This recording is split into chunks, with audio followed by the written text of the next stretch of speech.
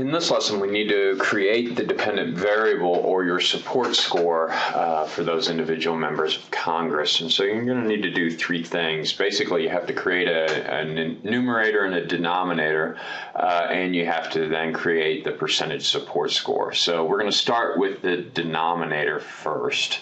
And to do that, we're going to go up here to transform. We're going to do compute variable, and we're going to create a new variable, and we're going to call it count. And we're going to use a numerical expression. We're going to get over here and we're going to go to missing values.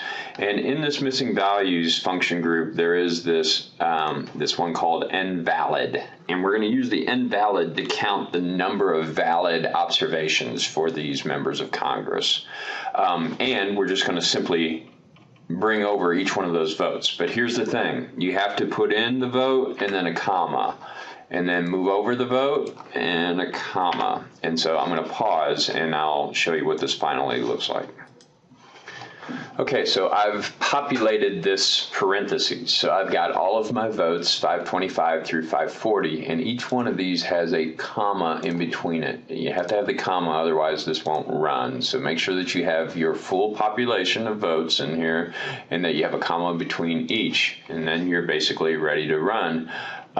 You'll click OK, and what that did is it added a new variable all the way out to the right. And so if we go all the way out here, you're going to have a variable called count,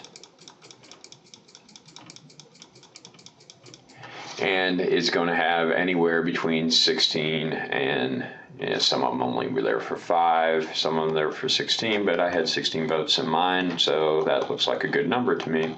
And that is going to be the denominator. That's how many votes that the individual cast. Okay? Let me stop there and I'll come back and I'll tell you how to do the numerator. Okay, so I've got my denominator and now I need to create my numerator, which is going to be the number of supportive positions. That's going to be really easy because we've got all those votes oriented towards the proper way now. We've inverted those votes. So all I need to do is just add them together. I'm going to go up here to transform, compute variable, and instead of count, I'm going to call this one support. And I'm going to use a different statistical function over here. I'm going to use actually just this sum variable, and so it's just sum by that numeric expression. Now I'm going to just do a quick thing, because instead of that, what I'm going to do is I'm going to go delete invalid, and then I'm just going to put in caps sum there with those same variables that are there that I already know work. And so I'm going to have sum all of the variables that I'm interested in divided by commas, and then I'm going to click OK, and I'm going to let that thing run. Okay, and so when I get to this, notice I've got my denominator, and now I have my numerator, and I have all those different positions. So I've got some people who never really supported that thing, and some people who voted it for almost for all of it. So that works out pretty well, and I think we've got the makings of a good dependent variable.